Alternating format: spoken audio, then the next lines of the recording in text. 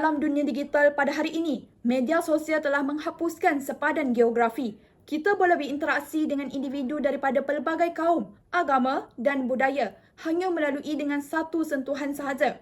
Namun, apabila sempadan itu hilang, satu cabaran baru mula muncul, iaitu pertembungan nilai, norma dan sensitiviti budaya.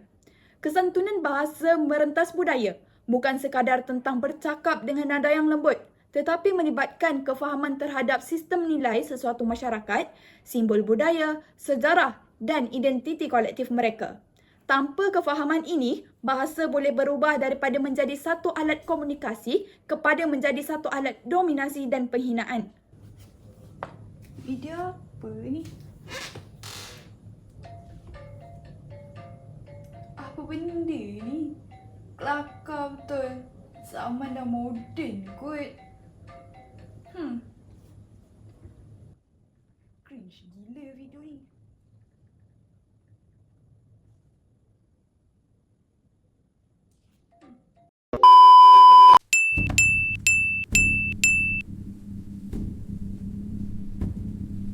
Apa benda ni? Kenapa ramai sangat komen? Aku reply biasa je pun. Untuk memahami isu ini secara kritis, kita perlu melihatnya daripada 3 dimensi utama. Yang pertama, dimensi linguistik.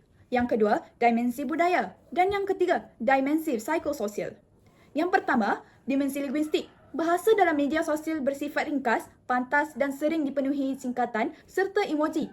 Namun, komunikasi bertulis tidak membawa emosi atau ekspresi wajah. Maka, maksud sebenar mudah disalah tafsir. Sarkasme ataupun dianggap sebagai penghinaan. Gurauan boleh dianggap sebagai satu sindiran.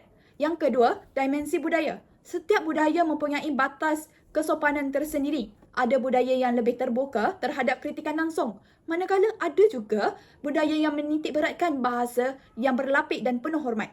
Apabila seseorang menggunakan gaya komunikasi budayanya sendiri tanpa memahami budaya orang lain, satu konflik mudah tercetus.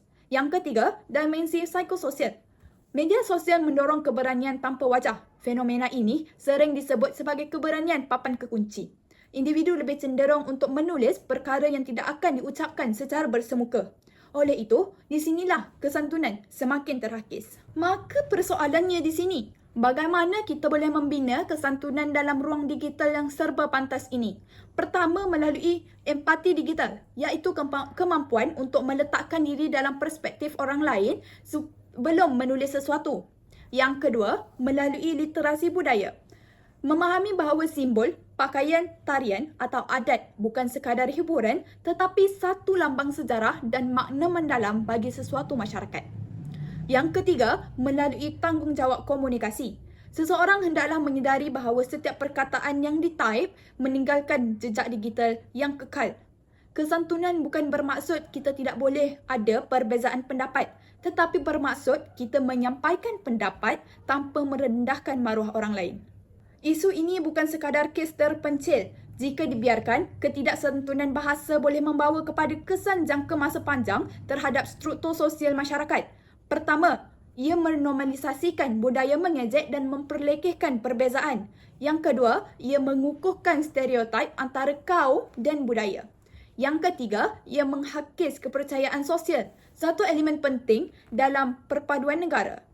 Yang terakhir, dalam konteks masyarakat majmuk di Malaysia, kesantunan bahasa berfungsi sebagai mekanisme penyatu. Tanpa kesantunan, komunikasi boleh berubah menjadi persaingan identiti. Ada orang message dah. Cakap apa ni?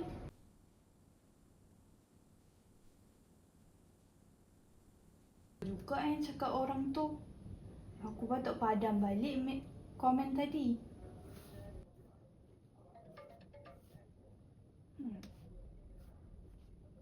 Aku patut beri penerangan ringkas pasal komen aku tadi. Maaf jika tersinggung. Saya kurang faham berkenaan budaya ini. Boleh jelaskan lebih lanjut? Tak. Hantar. Dalam dunia digital yang semakin terhubung ini, kepelbagaian budaya adalah kekuatan, bukan kelemahan. Media sosial seharusnya menjadi satu ruang dialog antara budaya, bukan ruang pertembungan yang melahirkan kebencian. Setiap kali kita menaip, kita sebenarnya sedang membentuk lanskap sosial digital. Kita sama ada menyumbang kepada keharmonian ataupun menyemarakkan jurang perbezaan. Kesantunan bahasa merentas budaya menuntut kematangan intelektual dan emosi masing-masing. Ia menuntut kita untuk berfikir bukan sahaja tentang apa yang kita ingin katakan, tetapi juga bagaimana kata-kata itu diterima oleh orang lain. Kerana, pada akhirnya, bahasa mencerminkan siapa kita sebagai individu dan siapa kita sebagai masyarakat.